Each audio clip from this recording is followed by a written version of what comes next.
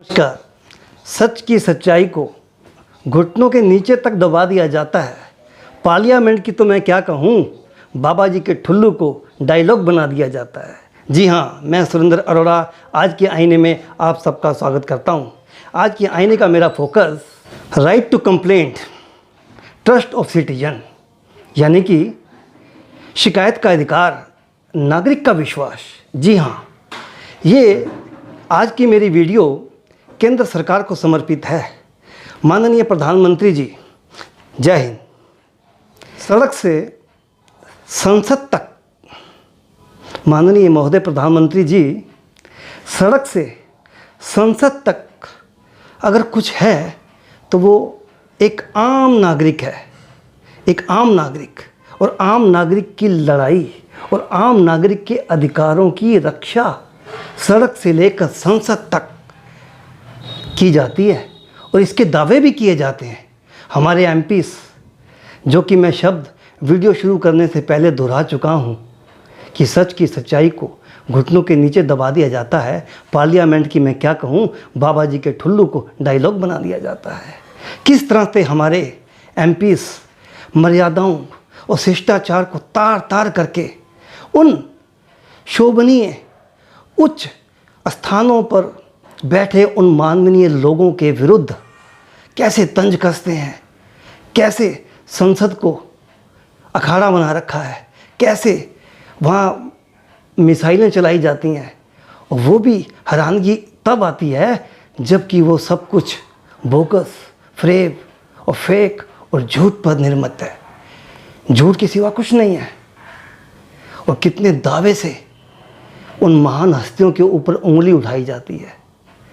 तो फिर ये देश और ये समाज और ये उच्च स्तरीय लोग जो उच्च पदों पर आसीन हैं, मैं उनका आदर करते हुए इन अपनी भावनाओं को व्यक्त करना चाहता हूँ कि उन सब की भावनाओं को वहाँ ठेस पहुँचाई जाती है संसद में, पार्लियामेंट में। तो एक आम नागरिक के अधिकारों की रक्षा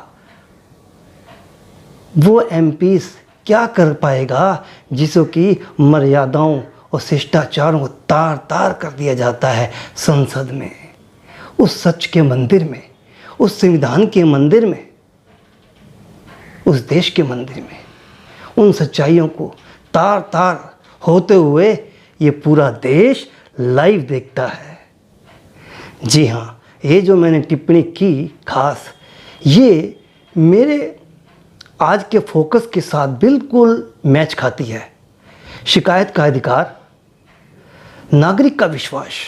मैंने यह नागरिक शब्द इसलिए इस्तेमाल किया है क्योंकि जनता जो होती है ना, वो भीड़ को प्रदर्शित करती है। तो उसमें एक अधिकारों और नागरिक के अधिकार कहीं मैं समझता हूँ वो खो जाते हैं, वो बात बन नहीं पाती। इसलिए मैं इंडिविजुअल एक नागरिक की ही बात करूंगा। माननीय प्रधानमंत्री जी, जैसा कि पिछली सरकारों में जो आज तक हमने उनकी उपलब्धियां देखी, और देश को पिछली सरकारों की उपलब्धियों को हमेशा आंखों के आगे रखकर उनको भूलना नहीं चाहिए, उनको याद रखना चाहिए। उन्होंने कितनी उपलब्धियां इस देश को दी। सबसे बड़ी उपाधि और उपलब्धि सपेरों का देश, दूसरी उपाधि लाइनों का देश, तीसरी उपाधि घोटालों का देश, चौथी उपाधि दलालों का देश। इतनी उपलब्धियां क्या कम हैं? उस पर दावा ये हम देश की सेवा करते हैं।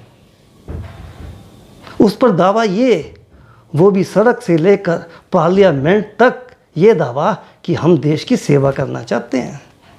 कैसी सेवा हो रही है? ये देश और संविधान पर ना चल करके उसको छिन्न भिन्न किया जाता है।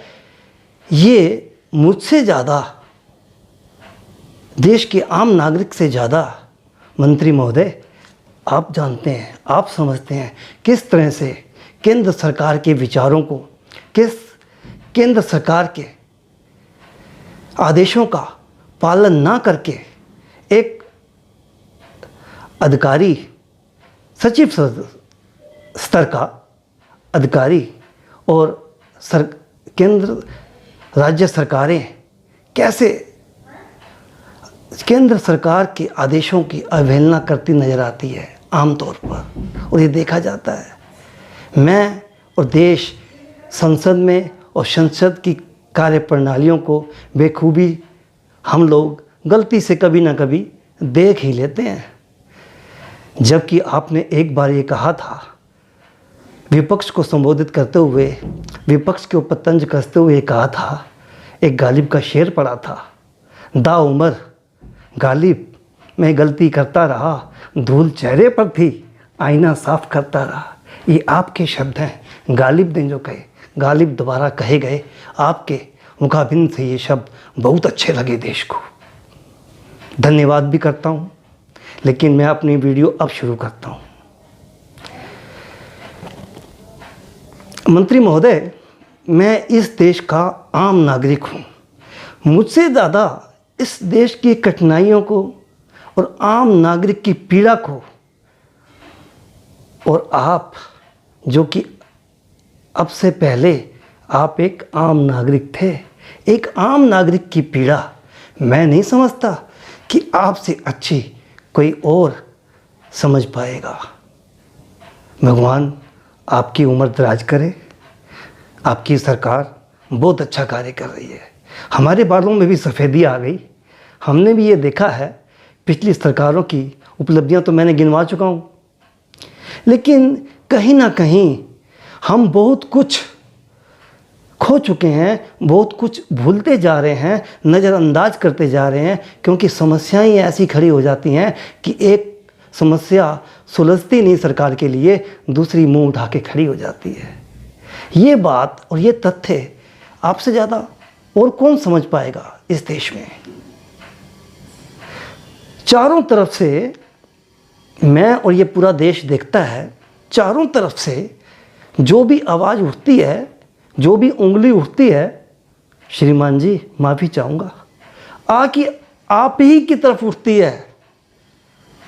क्यों? आप गुनहगार हैं। केंद्र सरकार की जिम्मेदारी है, एक आम नागरिक और राज्य सरकारों की कोई जिम्मेवारी नहीं है। ये सब लोग मलाई खाने के लिए पैदा हुए हैं और मलाई खाना चाहते हैं। जो भी आज इस समस्याएं जो खड़ी होती हैं, जो समस्याएं पैदा की जाती हैं, हमारे देश का विपक्ष और कुछ लोग, वो लोग जो देश को अस्थिर करना चाहते हैं, तोड़ना चाहते हैं, देश की जनता को बरगलाना चाहते हैं, तमाशा देखना चाहते हैं, पूरे विश्व में भारत का अपमान करना चाहते हैं, हंसी उड़ाना चाहते हैं, वो सब तमाम लोग, जिसमें कि मैं साफ शब्दों में कहूँगा विपक्ष सबसे अग्रणीय है, क्योंकि हमारी भी उम्र हो गई है ये सब देखते देखते। ये उन सब घटनाओं को, उन सब प्रतिक्रियाओं को जो कि घटित होती हैं या होने वाली होती हैं, हमारे विपक्ष को सरकार में उपस्थिति के दौरान उन सब घटनाओं का पहले से पता चल जाता है, और वो लोग उन घटनाओं की सही मूल्यांकन ना करके अपना राजनीतिक फ़ायदा उठाकर सड़कों पर भीड़ जमा करने का कार्य करते हैं। ये मैं और आप, आपकी सरकार और पूरा देश और देश की जनता इस बात को समझती है। किस तरह से तोड़ मरोड़ कर उन तथ्यों को जनता के बीच में रखा जाता है, डायलॉग बनाए जाते हैं, टूल किट बनाई जाती हैं, वगैरह वगैरह। मुद्दा साफ है, मुद्दा एक ही है, देश से उन्हें कुछ लेना देना नहीं। उनको तो मौजूदा सरकार को नीचा दिखाकर, उनको हटाकर खुद सत्ता संभालनी है। ये जवाहरलाल नेहरू और गांधी परिवार में संदेश थे। ये घटनाएं, क्रम हम लोग जो मेरी उम्र के हैं या मुझसे ज़्यादा बड़े हैं, वो इन बातों से अच्छी तरह से परिचित है। किस तरह से ये लोग इस देश का विदेशों में जाकर विदेशी सिगार और विदेशी परफ्यूम छिड़क कर क्या प्रतिनिधित्व करते हैं? लो जी, आ गए सपेरों के देश के नेता आ गए।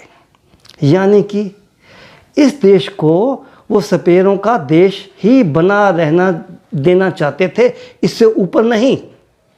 और बड़ा एहसान करते थे कि हम इन गरीब देश, इन सपेर देश का मैं नेता हूँ।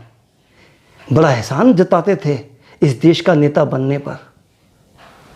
ये बात अंदर खाने समझने योग्य है कि किस तरह से ये टिप्पणी की जाती है कि हमारा देश तो सपेरों का देश है। इनको शर्म नहीं आई। और आज तक ये उन्हीं तथ्यों पर और उन्हीं 420 क्रियाकलापों पर और उन्हीं मापदंडों पर, उन्हीं हथकंडों को अपनाए हुए ये विपक्ष चल रहा है आज तक। बहुत सी घटनाएं हैं, मैं किस किस घटनाओं का जिक्र करूं यहाँ, आप सब और ये सरकार अच्छी भली भांति से परिचित है। मैं अपनी वीडियो को, जो मेरा मूल ध्येय है आज का, मैं बिल्कुल स्पष्ट शब्दों में कहूँगा, शिकायत का अधिकार, नागरिक का विश्वास। श्रीमान जी, इस देश में जहाँ की मैं पहले कह चुका हूँ, सारा ताना बाना, लेना देना, उठक बैठक जो भी लगी हुई है, क्रियाकलाप है, वो सिर्फ और सिर्फ एक आम नागरिक के हितों अधिकारों की रक्षा से लेकर है। वास्तविकता इससे उल्ट है। ऐसा कुछ होता ही नहीं। आम आदमी श्रीमान जी कब बनेगा खास आदमी? ये आम नागरिक कब बनेगा खास नागरिक, जो कि खास नागरिक है? वो कैसे है? सब कुछ तो वो करता है, सरकार वो चुनता है। जिसने सरकार को चुन दिया तो सब कुछ तो उसी ने किया ना। लेकिन उसकी गिनती, उसकी हैसियत इस देश में, समाज में क्या है? जैसा कि मैं पहले कह चुका हूँ, एक आम नागरिक की सच की सच्चाई को घुटनों के नीचे दबा दिया जाता है। पार्लियामेंट की तो मैं क्या कहूँ, बाबा जी के ठुल्लू को डायलॉग बना दिया जाता है। ये हमारे देश की बहुत दुर्भाग्यपूर्ण गलतियां हैं। शिष्टाचार, मानवीय मूल्यों को प्रताड़ित करते हुए, शिष्टाचार और मर्यादाओं को तार तार करते हुए पूरा देश संसद की इस प्रक्रिया को लाइव देखता है। श्रीमान जी लाइव देखता है, श्रीमान जी लाइव देखता है। अब मैं अपनी जो मेरी असली मांग है वो शुरू करता हूँ। शिकायत का अधिकार ये शुरू से है, लेकिन बहुत समझदारी से मेरे शब्दों को पकड़ना, क्योंकि मैं कुछ इधर उधर करके शब्दों को तोड़ मरोड़ कर बोलना ज़्यादा पसंद करता हूँ। छोटे भाई की कंप्लेंट बड़े भाई से की जाए तो वो तो पक्षपात करेगा ही। अब जब बड़े भाई से कंप्लेंट का निपटारा ना किया जा सके तो मैं एसडीएम के पास जाऊंगा।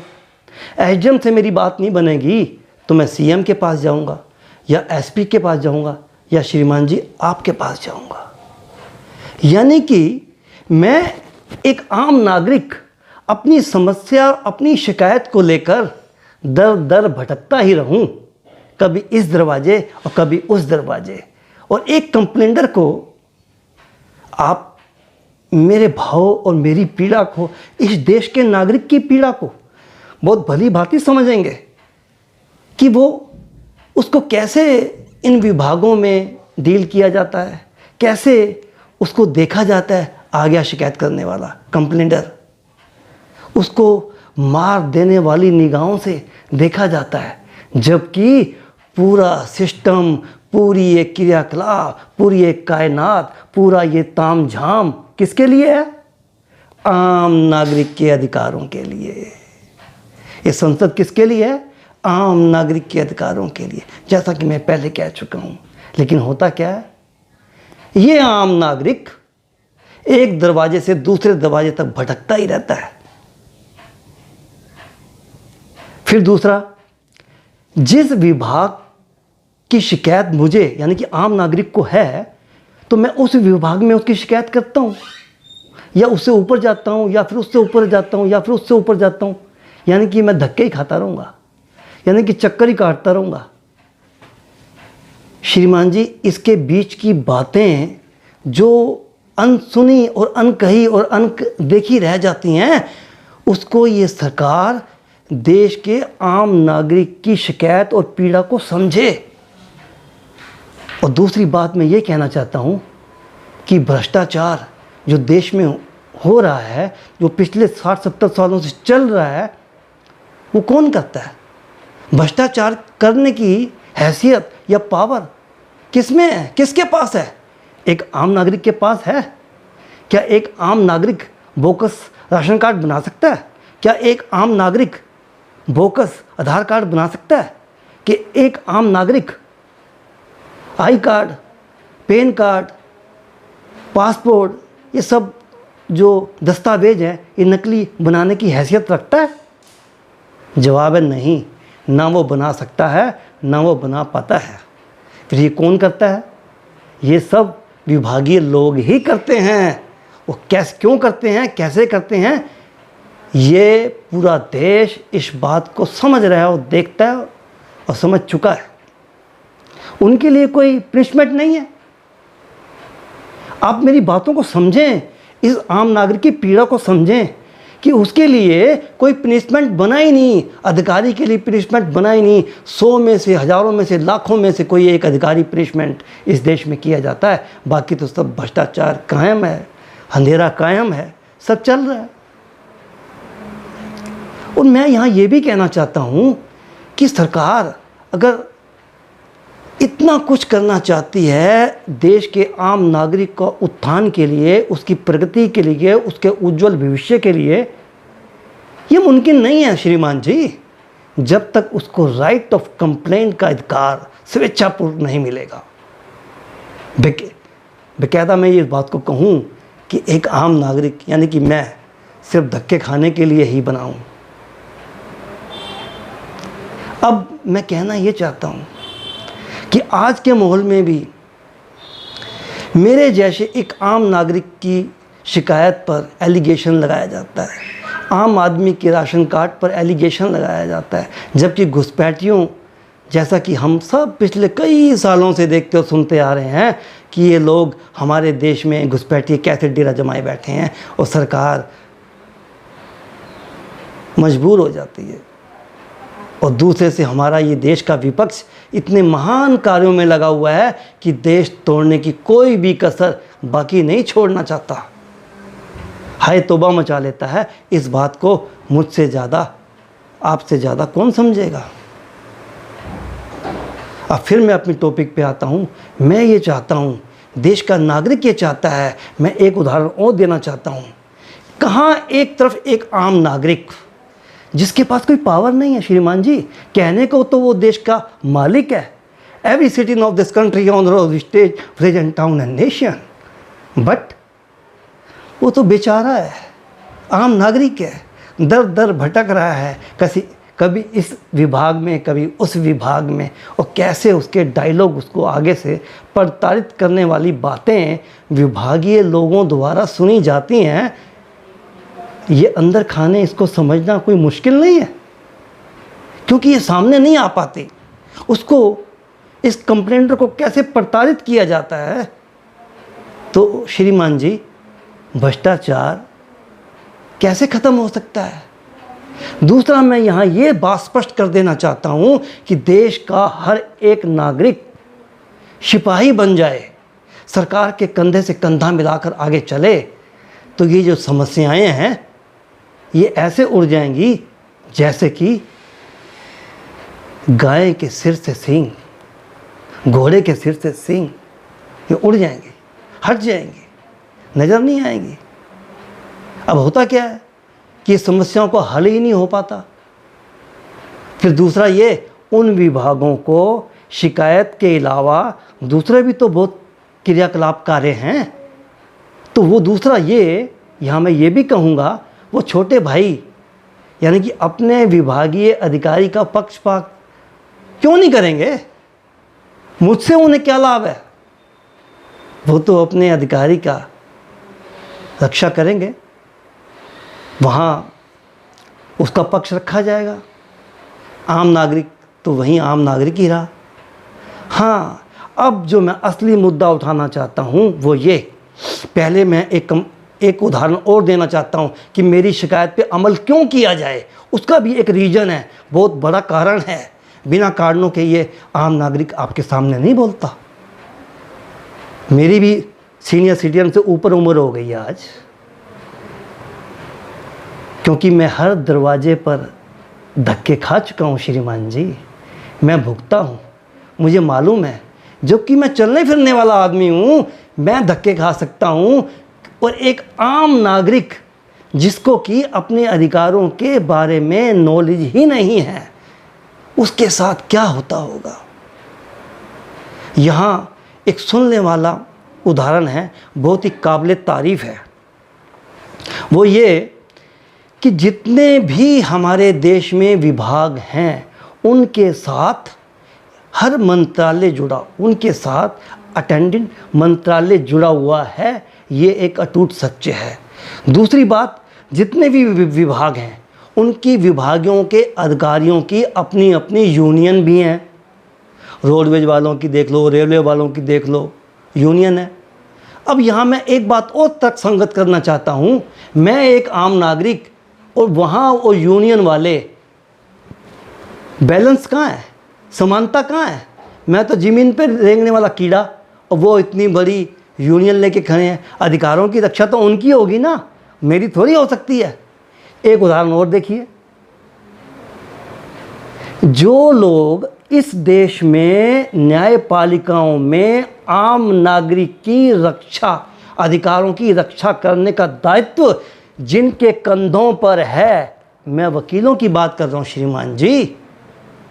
उन वकीलों पर जिनको कि देश के आम नागरिकों की अधिकारों की रक्षा का भार है, वो न्याय दिलवाते हैं।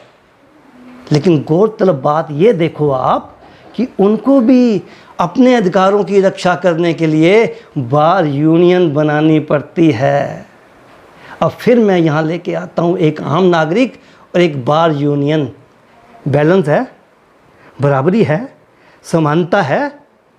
ये आम नागरिक ज़मीन पे रेंगने वाला कीड़ा और वहाँ एक बार यूनियन, किसकी बात सुनी जाएगी श्रीमान जी? यानी कि आम नागरिक का डंडोरा तो पीटा जाता है इस देश में, लेकिन उसकी बात, उसकी पीड़ा समझने के लिए ये विभाग और ये सरकार नामुमकिन है, नाकाबिल है। सरकार, मैं गलती की माफ़ी चाहूँगा, ये नाकाबिल हैं। ये लोग ये आम नागरिक की पीड़ा को नहीं समझ पाएंगे और ना ही देश से भ्रष्टाचार खत्म होगा। मैंने अपनी पीड़ा, एक आम नागरिक की पीड़ा को बहुत अच्छे से आपके सामने तथ्यों सहित रख दिया है। मैं सिर्फ जिंदाबाद मुर्दा का बात करने वालों में से नहीं हूँ, मैं उसका सलूशन भी देना चाहता हूँ। श्रीमान जी, ये देश इस बात को तय करे कि एक विभाग ऐसा बनना चाहिए जो rights of complaint trust of citizen होना चाहिए। यानी कि एक विभाग अलग से पूरे देश में विभाग होना चाहिए जिसका स्थानांतरण, यानी कि जो कि सीधे केंद्र सरकार उसको नियंत्रण करे, उसका संचालन करे, उसका ऑर्गेनाइज करे। इन राज्य सरकारों से उससे कोई लेना देना नहीं। राज्य सरकार का अधिकारी उस कार्यालय में बिना एंट्री के, बिना लिखा पढ़ी, बिना एंट्री के अलाउड भी ना हो, आम आदमी भी नहीं, तब ये देश कहीं सुधर पाएगा। एक विभाग ऐसा बनाना चाहिए। श्रीमान जी, खर्चे तो होते हैं और खर्चे होंगे भी। अगर ये देश में से आम नागरिक की समस्याओं को अगर ये देश समझे तो ये मेरी मांग न्याय उचित है।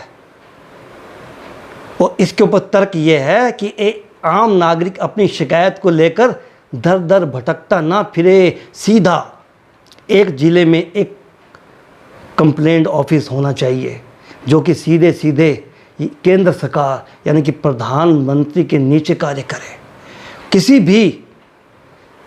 किसी भी राज्य सरकारों से उसका कोई ताना बाना, कोई लिंक ना हो, वो सीधे सीधे काम करेगी सेंट्रल गवर्नमेंट के अंतर्गत, यानी कि आपके अंतर्गत, प्रधानमंत्री के अंतर्गत वो कार्यालय काम करेगा। Right to complain, trust of citizen, ये एक विभाग होना चाहिए।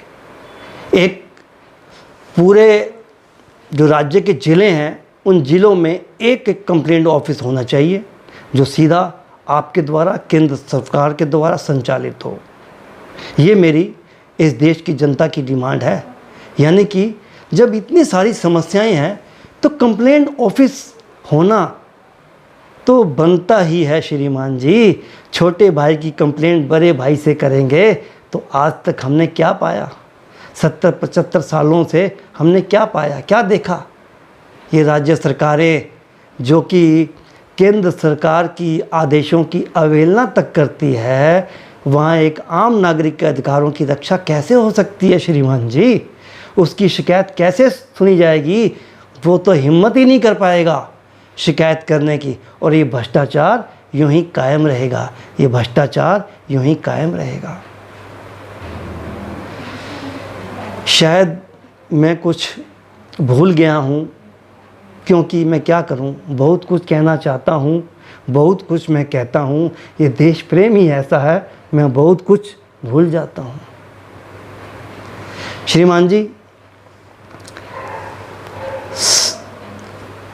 सच को आज हम झूठ में बदलना चाहते हैं, सच को आज हम झूठ में बदलना चाहते हैं, झूठ को आज हम सच में बदलना चाहते हैं। इसीलिए तो आज हम दूध की शक्ति बढ़ाना चाहते हैं, इसीलिए तो आज हम इस नकली दूध की शक्ति बढ़ाना चाहते हैं।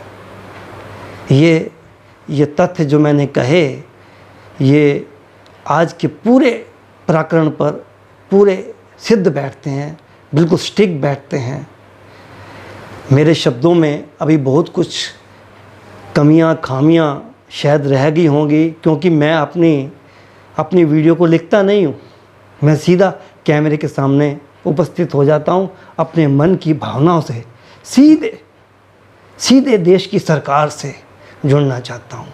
मैं लिखता नहीं हूँ श्रीमान जी, क्योंकि मैं लिखा क्या करूँगा? मैं तो खुद एक इतिहास हूँ, मुझे लिखने की ज़रूरत क्या है? मेरी ये शिकायत केंद्र सरकार से और मेरी ये अपील है, पूरे देश में एक कंप्लेंट ऑफिस बनाया जाए, ताकि किसी भी विभाग में कोई कंप्लेंट लेने का औचित्य होना ही नहीं चाहिए, समस्या ही नहीं होनी चाहिए। उसे अपने काम की तरफ ध्यान दें, अपने काम को देश की सेवा का भाव से देश की सेवा करें। उनको, उन विभागों को कंप्लेंट से कोई लेना देना नहीं। नागरिक की कंप्लेंट सीधा केंद्र सरकार सुने, और जिसके अंतर्गत, जिसके विभाग में, जिसके पूरे प्रकरण में एक न्यायाधीश भी नियुक्त हो हर ज़िले में, और पूरे विभाग का जो कर्मचारी उपस्थित होने चाहिए। मैं इस बात को पूरे ठीक से नहीं बता पाऊँगा, जो विभाग में कर्मचारी होने चाहिए एक प्रदेश में और एक ज़िले में, उसमें उसकी उपस्थिति कैसे करनी है।